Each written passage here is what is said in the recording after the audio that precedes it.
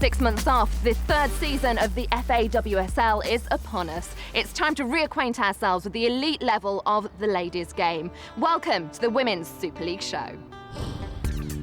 Coming up, we've got the action and reaction from the opening weekend's matches. It's been all change at Liverpool ahead of the 2013 season. Managing Director Ian Eyre tells us why. Whether you're one of the girls turning out for the ladies' team or you're Luis Suarez turning out for Liverpool, we all want the same thing, and that's to be the best we can be and be successful. Bristol's rising starlet Lucy Staniforth looks to further her England credentials. It's such a special feeling to know that you've been chosen, so I just want to keep having that feeling over and over again. And it's Samba time at Cobham as Chelsea welcome their newest arrival. It's been a long time coming, but WSL action is back, and we're here at the home of Chelsea as they get ready to unleash a side bolstered by 6 new signings against last year's runners-up Birmingham. But first, it's to Liverpool, as it's the Reds who have made the most changes over the last few months, both on and off the field. Big changes have been put in place at Liverpool, and underpinning it is a single club philosophy, highlighted before the season started when the ladies trained at Melwood with the men. Liverpool Football Club is very much a one-club mentality, and that's right across the board. It doesn't matter whether you're coach of the men's team here, the women's team or the under-9 team. You know, some of the principles that we're trying to get are the same, and ultimately what we're trying to do is try to get the best out of players and people. Ian Eyre, Managing Director of Liverpool Football Club, is a driving force behind the one-team mentality. Bringing the ladies' team to Melwood, having them train with the first team, was just one of those, many initiatives that we have. But I know, talking to some of the girls after it, they were sort of enthralled by the opportunity and, held their own, on the day and enjoyed it immensely. I'm understanding that it was obviously a difficult campaign last season for them, and there's up to 12 new players that have come in, obviously new manager coming in, and they've got new hope coming into the season. But it's certainly something now where their season's about to kick off that I'll be able to keep a close eye on, and hopefully it adds support to what it is they're trying to achieve. We brought in 12 new players this year, during the close season, and a big part of that was giving a sort of resurgence to the team. But I think as importantly has been the sort of increase in support, so full-time manager, coaching, training, a lot more often every week, and giving them the best use of the best facilities we have. I think we all feel, and I know certainly Matt feels, he's got a great group of girls there, he's got a great coaching team around him, and he's got great support from the football club. So he'll be expecting to see big improvements, and we're all behind him. They've had a good start, couple of wins and a draw, and so I think we'll be looking forward to it.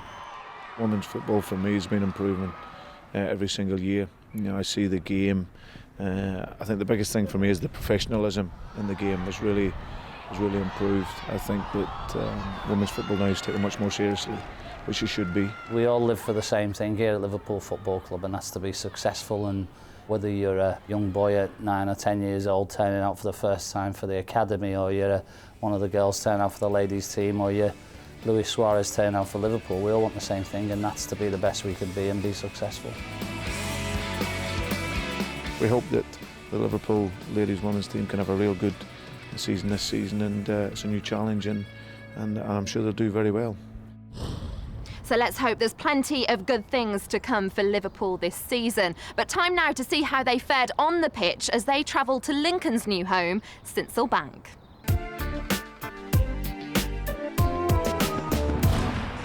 Last year's bottom club Liverpool managed just 1 win in 14 league games in the 2012 season. Manager Matt Beard hoped for a more successful campaign this time around, and he didn't have to wait long for the first goal. American international Amanda DaCosta neatly found Farrah Williams, who floated in an inch-perfect cross to her old Everton teammate Natasha Dowie. Just 7 minutes in, and Liverpool were ahead. The away side were dominant in the first half. Icelandic international Katrin Ómarsdóttir combined well with fellow new signing Karina Schroeder, but the 26-year-old German saw her shot saved. Liverpool continued to swarm all over Lincoln, and Dowie, so good at holding the ball up, laid off to Nicole Rolser, who brought an excellent save out of Lincoln's marquee signing Karen Bardsley. Bardsley, playing in England after a spell in Sweden, then had the upright to thank when Dowie tried her luck. The new Lady Imp stopper was quick to react again and saved well from the rebound, leaving Sophie Bradley to clear off the line. As Lincoln tired, Farrah Williams found Whitney Engen with a short corner. The American had time to pick out Gemma Bonner, but the captain's goal-bound header was cleared by Imps midfielder Remy Allen. An uncharacteristic Williams error gave the home side their first sight of goal in the second half. Precious Hamilton helped the ball on to Carla Cantrell, but her dipping effort failed to hit the target. But Liverpool were back on the attack almost immediately. Dowie found one of the few remaining squad members from last season, Lily Bilson. Her cross was met by Da Costa, whose first-time volley was straight at England's number 1. The Merseysiders, unbeaten in 3 cup games this year, created one last chance to double their lead. Casey Stoney had all sorts of problems with a routine ball over the top. Dowie got in behind, but couldn't finish to add gloss to Liverpool's well-deserved 1-0 victory. I think the goalkeeper has got to take some credit, and I think they defended well, especially, you know, from the corner where they cleared it off the line. So you've got to give them credit for their defending, and but I'm pleased, especially in the second half in the difficult conditions, that we still continue to create chances, and that was the pleasing thing about it.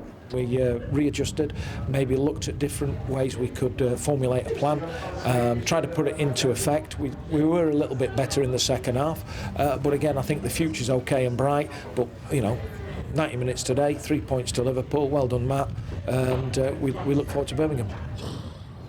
Plenty of WSL debuts there, and I'm joined by one of Chelsea's new faces, Eniola Aluko.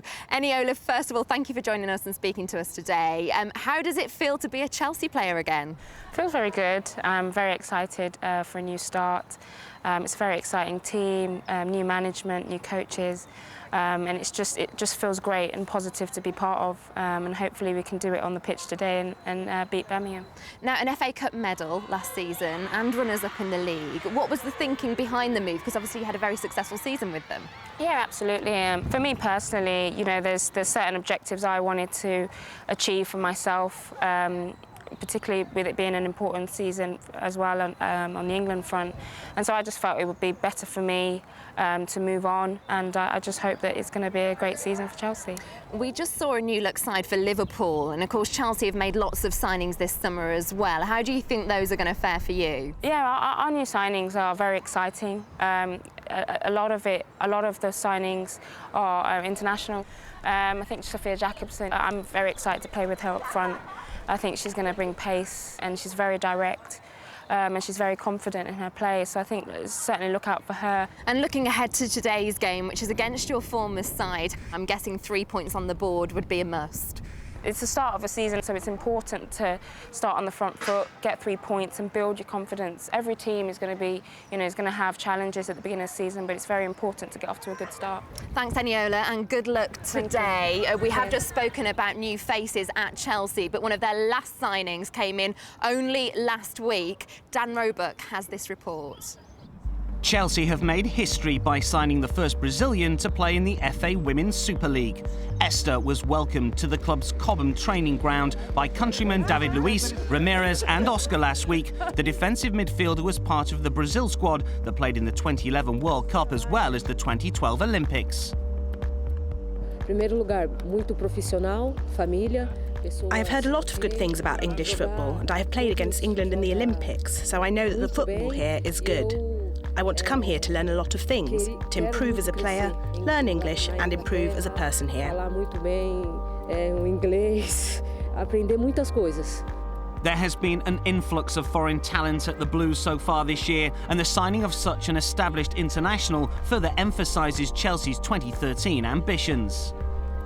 I would like this season to be really good for myself, and I think we have got a promising team, so I would like to help us do well. We have got a lot of new players, and I would like us to become strong together. I'm really excited to be here, and I hope we can do something good together.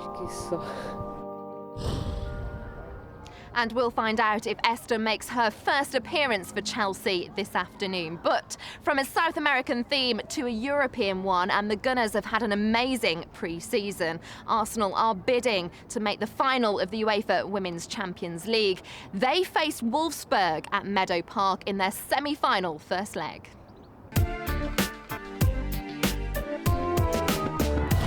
Almost 1,500 people turned out to see if Arsenal could take a step closer to a European final for the first time since 2007. The Gunners started the brighter. Ellen White getting plenty of playing time with Kelly Smith out injured, teed up Kim Little in the opening exchanges. Some sloppy defending cost Arsenal dearly in the 29th minute. Jill Flaherty gifted the ball to winger Anna Blasser. Her cross found striker Connie Pollers to give the Frauen Bundesliga leaders a priceless away goal. The Gunners, who had the better of the second half, pressed eagerly and went close to restoring parity when White, who scored 3 times in the last 2 games, hit the top of the crossbar. Minutes later, Flaherty nearly redeemed her error, but right-back Louisa Vensing cleared off the line. The home side's frustration was complete when more sloppy defending handed Wolfsburg a second goal. Blasser was again the provider, as Martina Muller tucked in what could be a crucial goal for the German side. Arsenal may take consolation from outplaying their opponents, but if they are to get through, they'll need to produce something special in the second leg. So Arsenal still have plenty to do to make it to the final of the Champions League after that first leg result. Well, as you can see behind me, warm-up is underway. We're getting closer to kick-off. Join us after the break when we'll have all the action from Chelsea versus Birmingham. See you soon.